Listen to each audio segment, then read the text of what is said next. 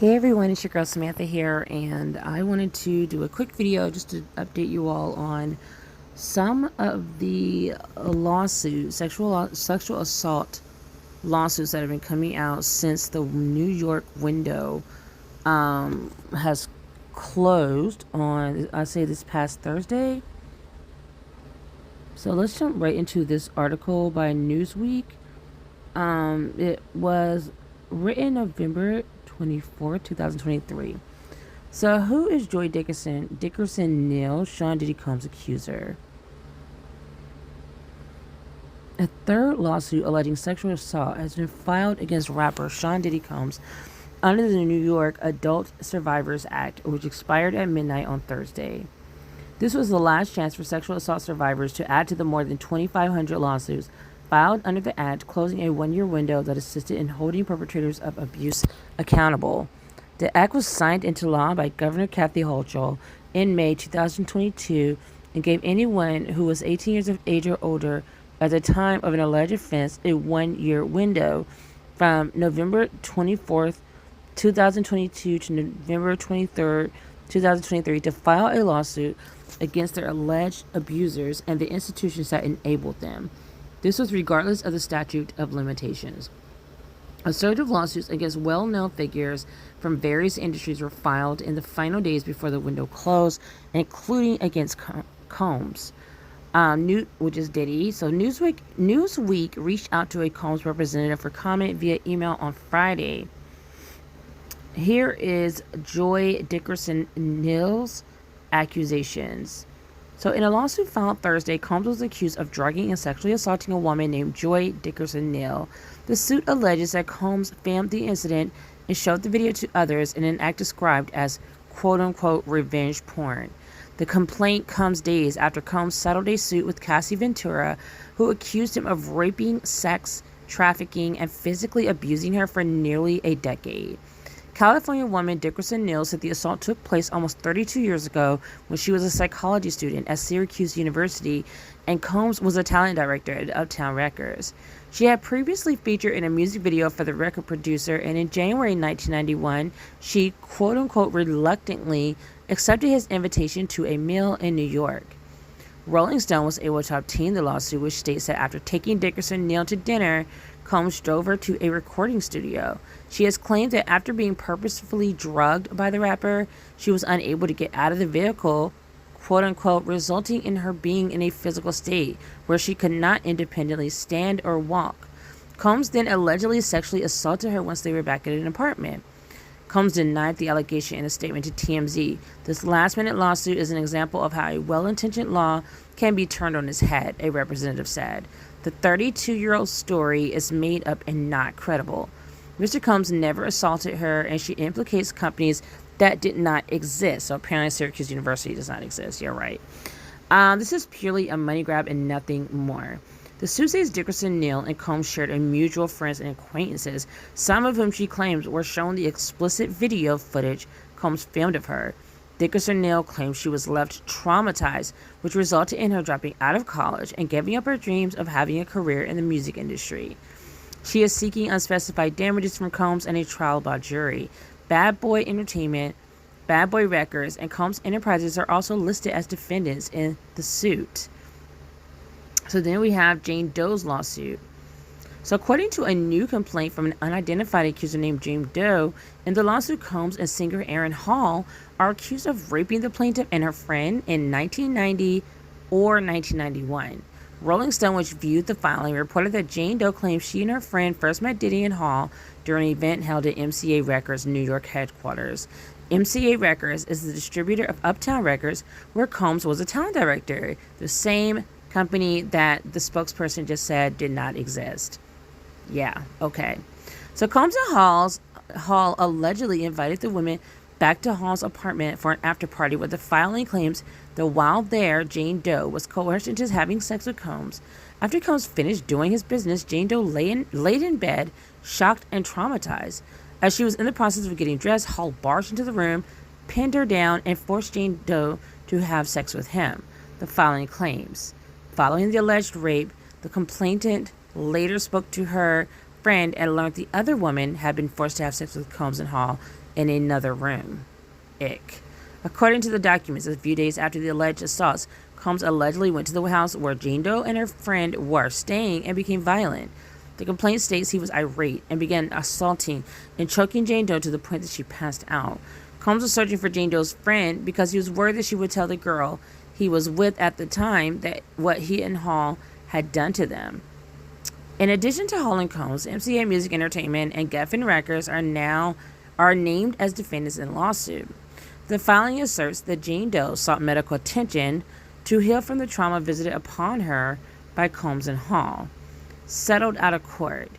R&B singer Cassie Ventura, the rapper's ex-girlfriend, filed a suit in Manhattan federal court on November 16th, alleging that the 54-year-old had sexually assaulted and physically abused her over their 10-year relationship.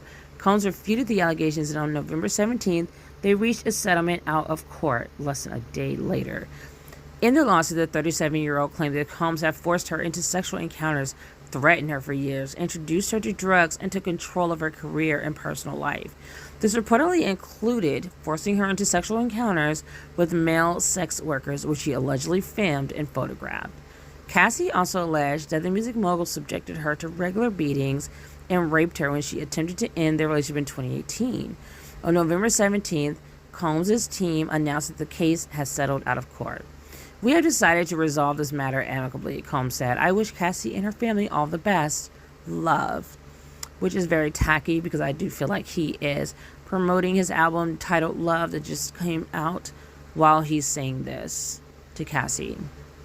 So Combs' lawyer, Ben Braffman, said, just so we're clear, a decision to settle a lawsuit, especially in 2023, is in no way an admission of wrongdoing. I don't know what 2023 has to do with it, but to me, if you're going to settle out of court, it absolutely points to wrongdoing, because if you didn't do it, who would settle? I would be like, no, I absolutely not to settle. And especially being a man in this type of situation, because typically a woman will probably want to settle because we usually are victimized even further, and they, while they're cross-examining you or talking to you in court, they're usually going to try to make you seem like you're just the loosest hoochie on earth to justify the guy sexually assaulting you. So to me, I would see that being more of a benefit for a woman, but for a guy, no. I would think that it'd be more of a benefit for the guy to actually go fight it in court, which Diddy did not do because he knew that Cassie had the receipts. So in a statement, Cassie said, I have decided to resolve this matter amicably on terms that I have some level of control. I want to thank my family, fans, and lawyers for their unwavering support. So yeah, it is really getting crazy out here. More and more lawsuits are dropping like flies. Let's see what else is going on, because I did hear a little bit about John Diddy Combs. Cassie husband video resurfaces Emma Diddy claims. Let's see what's going on here. 1 second.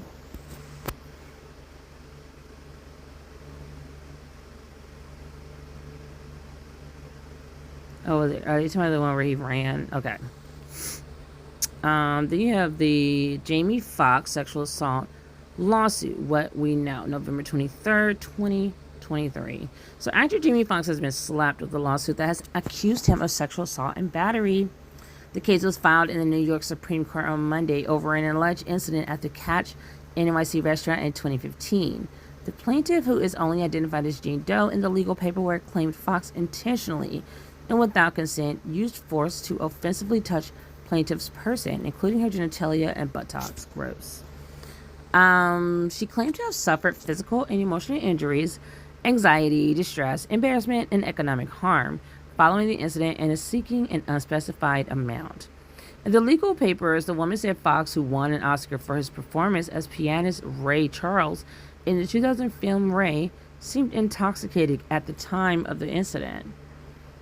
Newsweek contacted James' representative by email for comment. The woman claimed Catch Hospitality Group co-founder Mark Birnbaum was seated one table away having drinks when she approached Foxx's table to ask for a photo. She claimed Foxx said, "Sure, baby, anything for you," and they posed together for several pictures. Foxx then allegedly complimented her on her supermodel body and took her by the arm to a secluded part of the restaurant where he placed both of his hands on her waist, moved them under her crop top, and began rubbing her breast. Ugh. Um, Doe claimed Foxx proceeded. I'm sorry. I'm seeing something about Jennifer Aniston, but Doe claimed Foxx proceeded to slide his hands into her pants and touch her vagina and anus, including penetrating both areas. She said following the incident, she was injured and was rendered sick, sore, lame, and disabled, and was caused to undergo medical treatment and advice.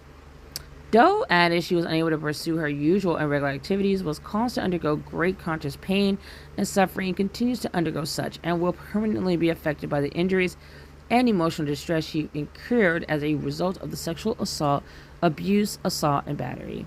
The plaintiff is also suing the restaurant's parent company, Catch Hospitality Group, and various related business entities for negligent hiring, training, and supervision. Let's see here. So Foxx did not respond to the lawsuit publicly, instead posting a video to Instagram showing him throwing a football into a basketball hoop. He later switched the comments off on the post. A number of high-profile lawsuits have been filed ahead of New York City's deadline for the New York's Adult Survivors Act. The law allows adult sexual abuse survivors to sue the perpetrators even if the statute of limitations has expired. The law was enacted in November 2022 and will finish at the end of this month. Cassandra Cassie Ventura filed a lawsuit in New York on November 16th against former boyfriend and music mogul Sean Diddy Combs, accusing him of multiple crimes over a 10-year period, including rape, sex trafficking, and domestic violence. They settled the case a day later. Specialists from the Rape, Abuse, and Incest National Network RAINN Sexual Assault Hotline are available 24/7 via phone 1-800-656-4673. Again, that's 1-800-656-4673. And you can also do online chat. Additional support from the group is also accessible via a mobile app. Again, once more, you all, just crazy times happening right now. I feel like we are in Me Too 2.0. And heads will roll before this is all over. So, also want to say that in recent days leading up to the Adult Survivors Act deadline, Jamie Foxx is not the only celebrity that's been accused of sexual assault. Apparently, there's Combs' former Bad Boy president, Harve Pierre, Axl Rose, Interscope Records co-founder Jimmy Iovine, and Cuba Gooding Jr. have all been sued for sexual assaults in these last recent days leading up to the end of this Adult Survivors Act deadline. So this is going to be very interesting to see how this plays out. And yeah, it's like I don't know if they're going to be any more fast settlements to try to silence the victim, but yeah, I really don't. I'm actually surprised that's all they have so far, but I feel like this is really just the beginning of something really big that's about to come down for the hip-hop industry, which I do feel largely escaped the Me Too movement. It seemed like the Me Too movement was focused a lot on the Hollywood industry, and it feels like Me Too 2.0 featuring the hip-hop industry this time, and finally really targeting these misogynistic males that are inside of this industry, and just whomever else might have been a whole abuser out here.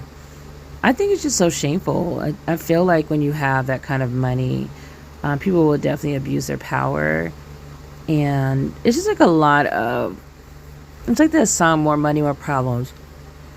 Because you don't know who's dating you for you, or if they're there for the money.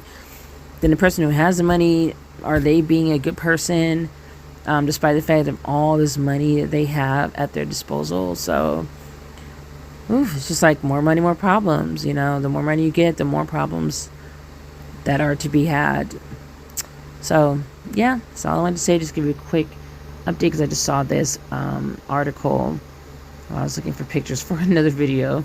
So let me know what you all think in the comments below about the lawsuits, the additional lawsuits that are being filed against Diddy, and then the lawsuit that is filed against Jamie Foxx. What do you guys think? And what do you gals think about these recent events of what is going on? Do you believe the victims, or do you think they're just out for a quick payday? Me, I have to say, it's too soon for me to decide. I don't feel like there's been enough details given, but as usual, I will usually lean towards the victim quite a bit until I can hear from the abuser or the potential abuser or the alleged abuser of what really transpired. You're really looking at the alleged abuser at this point to see how they're going to respond to these accusations. And me, frankly, I know some people would say just settle out of court, make it go away, but I think if you're innocent, you're not going to settle out of court, especially if you're a man. What do you have to lose by going to fight it? And usually, on top of them being just men already, but they're going to usually have more resources, more funding, more money to pay top-notch lawyers and to drag this out further if they wanted to. So to me, settling is definitely usually only in the best, it's usually the best choice for someone who's guilty and they do not want more things to come out into the public. That would be the case, their courtroom case, as evidence is revealed. So that's what I think so far, and I will be watching these stories closely and try to keep you all updated.